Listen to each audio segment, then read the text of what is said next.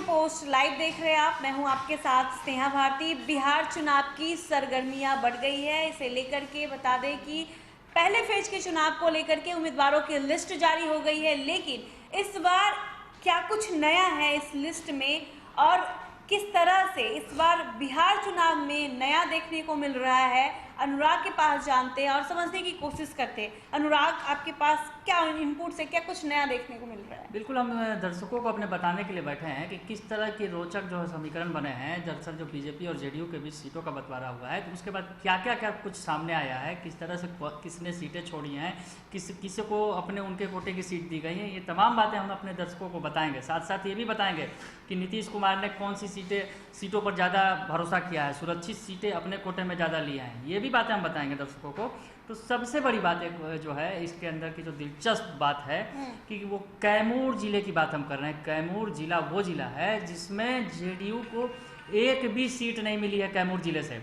ये बड़ी बात है। जो सीट शेयरिंग हुई है उसमें जो है कैमूर जिले से जेडीयू का एक भी प्रत्याशी मैदान में नहीं उतरेगा स्नेहा। उसके अलावा और भी ऐसी बात है, ऐसी बहुत सारी जिले हैं जहां पर जेडीयू के ही प्रत्याशी भरमार की संख्या में है।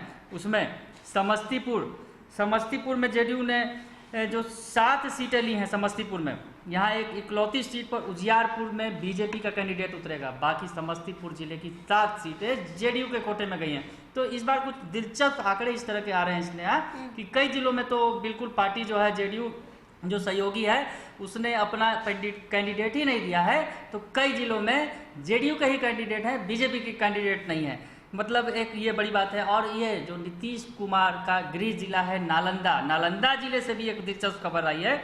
यहाँ की 7 सीटों में 6 सीटों पर जेडीयू के कैंडिडेट उतर रहे हैं। ये एक बड़ी खबर आ रही है। इसमें से जो सीटों के शेयरिंग के अंदर से दिलचस्प खबर कहा जाए स्नेहा, ये निकल कर आ रही है। इसमें जो है नालंदा जिले की सिर्फ जो बिहार शरीफ सीट है वो बीजेपी को दी गई है स्नेहा। ये हम बता रहे हैं, तमाम बातें वो जो सीट शेयरिंग के अंदर की हैं वो हम बता रहे हैं दर्शकों को। ये एक एनालिटिक बता रहे हैं कि क्या क्या कुछ हुआ है सीट शेयरिंग के अंदर। रोहतास में 5 जबकि 13 जिलों में 4-4 उम्मीदवार जदयू ने उतारे हैं। रोहतास जिले में 5 जबकि जो 13 ऐसे जिले हैं जहाँ 4-4 उम्मीदवारों को जदयू उतारेगी। दरअसल जो है तमाम जिलों की लिस्ट जो है कल जारी कर दी गई थी रात देर शाम कि जेडीयू को कौन सी सीटें मिल रही हैं और बीजेपी के खाते में कौन कौन सी सीटें गई हैं। उम्मीदवारों का ऐलान तो पहले से चल ही रहा था, सिंबल दिए जा रहे थे। तो ये दिलचस्प आंकड़ा जो है, कई जिलों में तो बीजेपी अपने कैंडिडेट नहीं उतारी और कई जिलों में जेडीयू नहीं उतार रही है। तो जेडीयू जो नीतीश का गृह जिला है नालंदा से 7 कैंडिडेट उतारने जा रही है। 7 में से 6 सीटों पर अपने कैंडिडेट उतारने जा रही है। उसके अलावा समस्तीपुर जिले में भी वही स्थिति है, पर बीजेपी जो है यहाँ पर लीड लेते दिख रही है कैमूर जिले में, जहाँ पर बीजेपी ज़्यादा सीटों पर उतर रही है और जेडीयू को सिर्फ 1 सीट दी गई है। ये बातें हुई स्नेहा और हम बातें बताएंगे।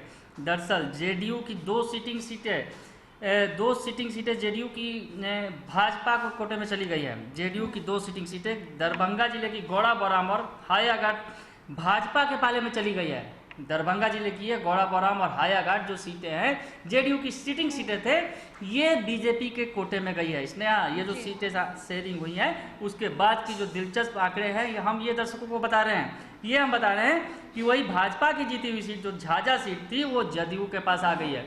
झाझा सीट जदयू के पास आ गई है जो बीजेपी की जीती हुई सीट थी। ये एक बात है दिलचस्प आंकड़े जो है वो हम बता रहे हैं अपने दर्शकों को, और भी कुछ बताएंगे।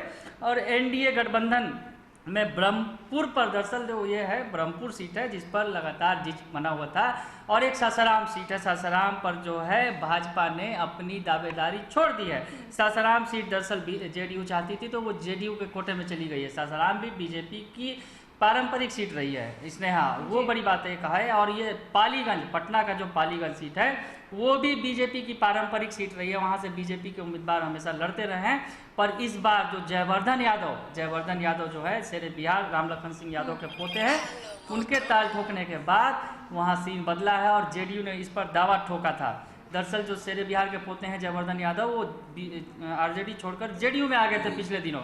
उसके बाद से जेडीयू ये सीट चाहती थी और उन्हें उसमें कामयाबी मिली है।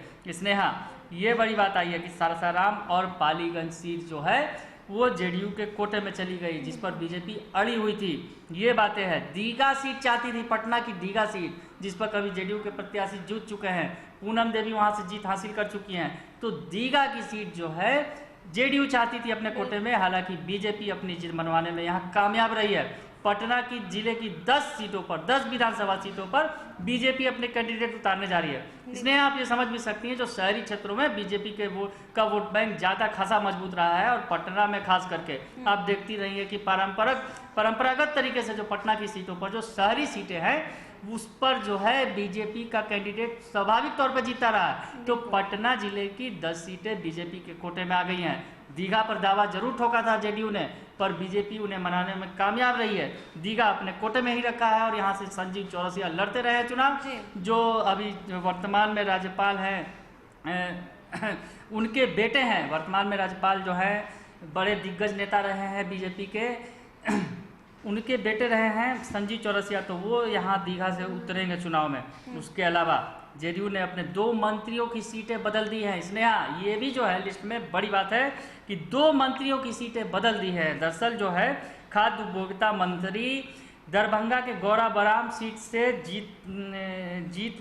जीत हासिल किया था जिन्होंने, इस बार वो बहादुरपुर सीट से उतर रहे हैं। दरअसल गौरा बराम की जो सीट है वो बीजेपी ने ले ली है जेडीयू के कोटे से, तो मंत्री मदन सहनी की सीट बदल दी गई है और उन्हें बहादुरपुर सीट से उतारा जाएगा। ये बातें सामने आ रही है। उसके अलावा जहानाबाद की घोसी सीट से कृष्णनंदन वर्मा सीट जिन्होंने जीत हासिल की थी, जो शिक्षा मंत्री हैं सूबे के, उन्हें जहानाबाद सीट से उतारा गया है। ये एक बड़ी बात है, दिलचस्प बातें हैं ये तमाम जो दिलचस्प बातें हैं। उसके अलावा स्नेहा, हम दर्शकों को कुछ और बातें बताना चाहेंगे इस सीट के बारे में कि इन सीटों की जो शेयरिंग हुई है उसमें क्या कुछ है। एक हम जातीय आधार जो है, जेडीयू का आधार वोट बैंक है, खासकर इसमें अनुसूचित जाति और अनुसूचित जनजाति के लिए सुरक्षित 40 सीटों में से 23 सीटें जेडीयू ने झटक ली है बीजेपी से। आप ये मान सकती हैं कि एक तरह से उनका आधार वोट बैंक है जो उसका जो उन्होंने नीतीश कुमार ने ख्याल रखा है। और 40 जो सीटें हैं बिहार की अनुसूचित जाति और जनजाति SC ST के लिए, उसमें से 23 सीटें जेडीयू ने अपने कोटे में ले ली है। और 23 सीटों में से 5 सीटें जो है ये मांझी को दे दी है उन्होंने। मांझी जो जीतन राम मांझी नीतीश कुमार के सहयोगी हैं, NDA के सहयोगी हैं, तो 5 सीट उनके कोटे में गई है मांझी के खाते में। उसके अलावा जो 18 सीटें हैं उस पर जेडीयू अपने उम्मीदवार उतारेगी। तो 18 और 5 23 सीटों पर जो अनुसूचित जाति और जनजाति के लिए आरक्षित सीटों पर है, ये सीटों पर जो है अब जो है जेडीयू ने दावा कर दिया और 23 सीटें झटक भी ली है बीजेपी से। इसलिए उस सीटों का नाम भी हम बता दें एक बार।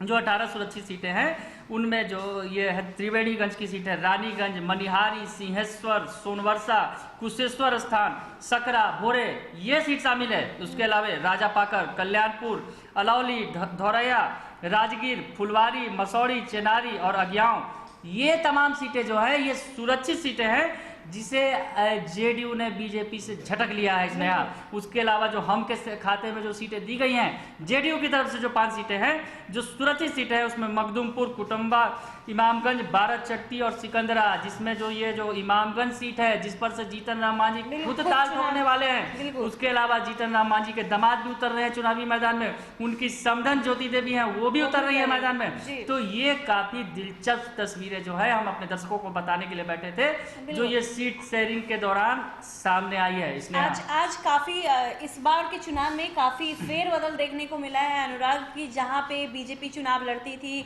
वहां भी जेडीयू ने ताल ठोक दिया है और जेडीयू की जगह पे बीजेपी। तमाम जो समीकरण है इस बार उलझे हुए से हैं और बहुत ही अलग है। इस चुनाव में जो चुनावी उम्मीदवारों का जो नाम की घोषणा की गई है तो इस बार काफी फेरबदल देखने को मिल रहा है।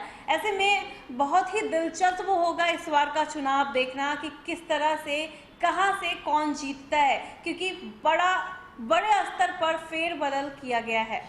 तो अगर आपको हमारी ये खबर अच्छी लगी हो तो हमारे चैनल को लाइक, सब्सक्राइब, शेयर करना ना भूलें। हमें दे इजाज़त। नमस्कार।